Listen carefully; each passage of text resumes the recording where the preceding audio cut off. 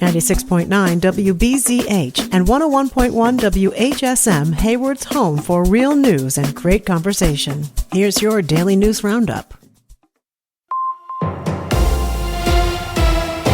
For WBZH and WHSM News, I'm Maddie Schaefer. On a gray, snowy New Year's Day, while many Wisconsinites spent time watching football or nursing hangovers following New Year's Eve celebrations, a group of Haitian immigrants in the Fox Valley came together to celebrate Haitian Independence Day, Lisa Hale reports. Following the only successful slave revolt in history, Haiti declared its independence and created the world's first black republic on January 1st, 1804. Reggie Desamou is owner of Area 509 and a Haitian immigrant himself. He said the need to hold on to the food and the observances and the culture of his country is essential. Every skill that we have today, we learned that from Haiti, from my mother, and then it's important to carry that heritage around to show it to the community. Hennessy Honcho is a Haitian immigrant living in the Fox Valley. He came to the USA as a child settling in Florida. He moved to Wisconsin 7 years ago and said events like this help him know he's not alone.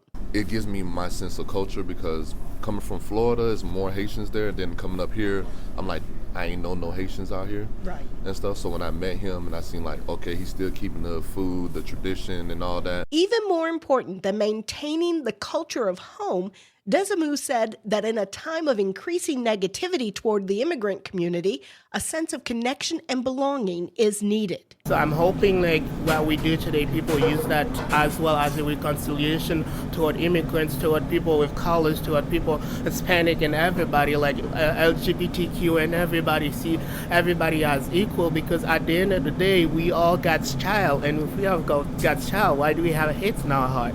A federal court will allow the Trump administration to enforce a provision of the new federal budget bill barring health clinics that provide abortion services from accepting Medicaid for any other reproductive services they offer. Those other services include things ranging from obtaining contraception and testing for sexually transmitted infections to cancer screenings and postpartum care. Last Tuesday, a 3-judge panel on the First U.S. Circuit Court of Appeals granted the Trump administration a stay to hold an injunction that was issued earlier this month. That injunction was granted after a multi-state coalition filed a lawsuit challenging the provision in early December, which argued the provision was an unconstitutional retroactive condition on their participation in the Medicaid program. When the provision first went into effect, Planned Parenthood of Wisconsin temporarily halted their abortion services to determine how exactly the law would affect their services. The organization later resumed abortion services in October after relinquishing its federal status as an essential community provider. The Wisconsin DNR is hosting 6 career fairs across the state in January and February. Attendees will have a chance to speak one-on-one with current DNR staff. You'll be able to ask questions, explore a variety of natural resources and environmental protection roles, and learn how to apply online as job postings become available. There's no age or educational background requirements, and you don't need to pre-register. The 6 career fairs will be held in Spooner, Woodruff, Oshkosh, Milledore, Milwaukee, and Fitchburg. The first career fair is held in Spooner on January 17th from 10 a.m. to 3 p.m.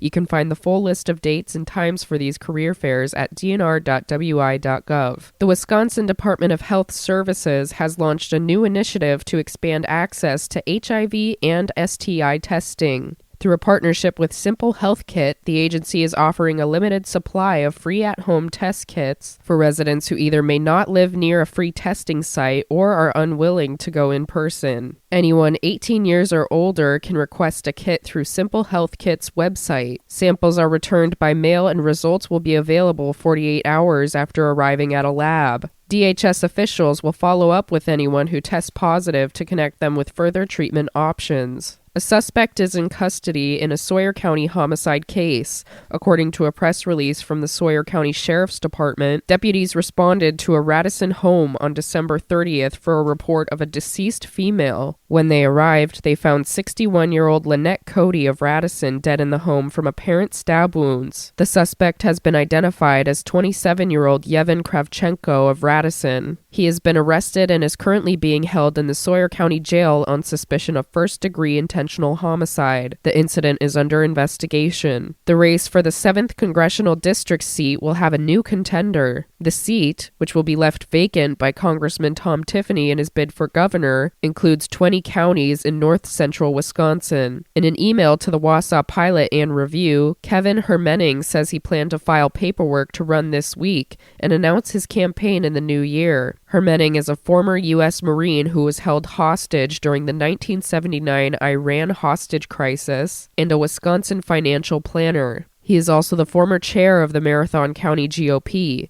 Hermenning is the 4th Republican to enter the race. For WBZH and WHSM News, I'm Maddie Schaefer. What's next for the Packers? Hi, I'm Mike Clemens with Sports NFL. The Packers losing to the Vikings 16-3. Clayton Tune struggled at quarterback, completing just 6 of 11 passes with no touchdowns, and says that Jordan Love spoke to the team after the loss. Just move past this one and get our minds ready for the playoffs, and we have an opportunity to do something special. And so he was just kind of refocusing everyone's mind and getting everyone prepared mentally for what we have ahead of us. The Packers head to Chicago this Saturday to play the Bears in the first round of the playoffs. Kickoff at Soldier Field, 7 o'clock. College football. UW River Falls beat the defending champs North Central 24-14 to win their first ever Division III national championship. The game played last night at the Hall of Fame Stadium in Canton, Ohio. NBA, the Bucks coast to a win over the Kings, 115-98 to kick off their West Coast trip. Giannis with 37 points and 11 rebounds. With Sports, I'm Mike Clemens. We have a little patchy fog this morning. It's going to stay mostly cloudy here through the day today with a high right around 33 this afternoon. Tonight, cloudy with a little light snow and freezing drizzle possible. We'll drop into the mid-20s. Tomorrow, mostly cloudy, little light snow in the morning with a high of 33. I'm meteorologist Sean Cable.